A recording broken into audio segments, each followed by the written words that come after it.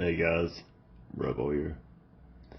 About a week ago I conducted a 1200 round reliability test of the CZ P-09 F Nocturne and posted the results here to YouTube. A few days later I had a couple of individuals reach out letting me know they had multiple failures to feed using hollow point ammunition. During the 1200 round test I conducted, only 20 of them were hollow points, and granted I had no problems, but 20 rounds used in a single magazine isn't much of a data point to go off of.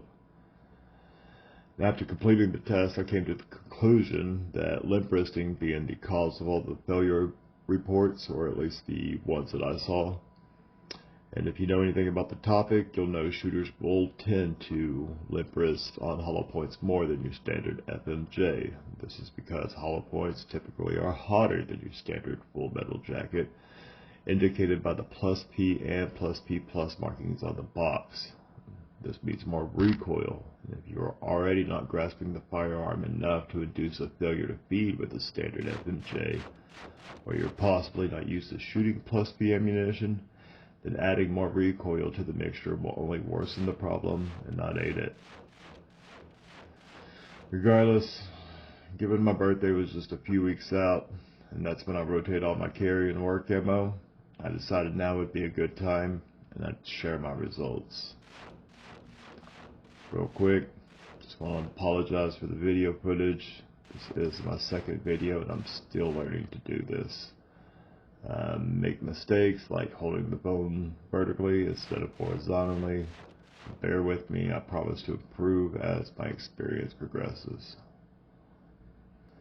And in case you missed my first video, this P-09 F Nocturne is not in its stock configuration, and it's had a few enhancements, such as replacing the hammer spring, firing pin spring, plunger spring, trigger return spring, and all the retaining pins from Cajun Gunworks, as well as having the rails, trigger bar, lifter arm, roller bearing, feed ramp, and sear refined and polished to a mirror finish by myself. However, most of these alterations aim to only affect the trigger of the firearm and not its reliability per se. Replacing the striker spring and polishing the feed ramp would be the only real alterations made to this particular pistol that would aid in any potential failure to feed issues.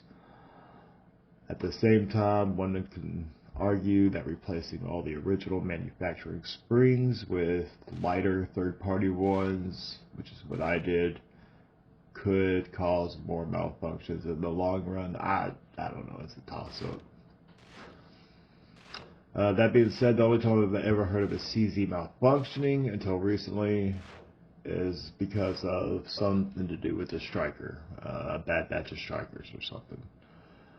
I've never experienced this issue, and I've rarely ever actually heard of it happening. But anytime I do hear of a CZ going down, it's normally due to the striker had a default in it. I replaced all of mine, and I'll likely continue to do so, but that's just ultimately me chasing down performance rather than reliability. These are very solid and reliable platforms. After unloading all magazines and going through all my half-empty boxes of random hollow points, the total came out to be 200 rounds consisting of 5 different bullets. We had Remington Gold Saber, 124 grain, Winchester Silvertip, 115 grain, Sig Sauer Elite Performance V Crown, 147 grain, and my personal favorite, Federal Law Enforcement HSTs, 124 and 147 grain. The test was conducted over 25 minutes using one shooter, 5 magazines. All ammunition was mixed together and loaded in at random, with the exception of one magazine that I'll get to a bit later. The first magazine was tested with 1 round in the chamber and a full 19 rounds in the magazine. As you will see, it was a bit tight getting the magazine to fully seat into the pistol, but I wanted to see if that would cause any kind of malfunction.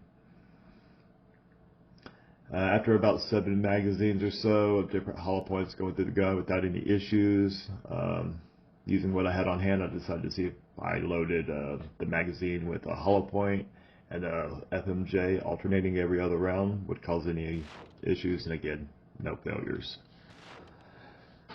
I finished the remaining 3.5 mags, giving us a grand total of 0 malfunctions. In conclusion, I only have a sample size of 1.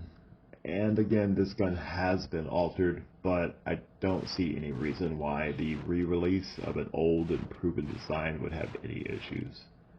A similar comparison would be people saying there is a reliability problem with the Glock Gen 5 MOS compared to just the standard Gen 5. And if you take into account that 99% of the failure reports coming in can also be attributed to the shooter lead pressing the pistol, I tend to lean to the most likely factor. And again, if it feels like I'm throwing shade your way, I'm not, but I kinda am. Let's just train, let's improve, let's look out for one another. This is Rebel Spirit Operations, and I'm out. One time for my rebels in the backwoods, 2 times for the ones rockin' blue collar, 3 times for the ones out in Turkey Ridge, and rest in peace Paul buried down in Colorado. I'm a beast, don't get it confused like Jenna's running ring, which bathroom to use. Let my balls hang low like a pit on the loose, fucking all the nigga bitches in heat when I come through. I ain't never been the type to ever give a fuck. If you really got a problem, we can get it, bro.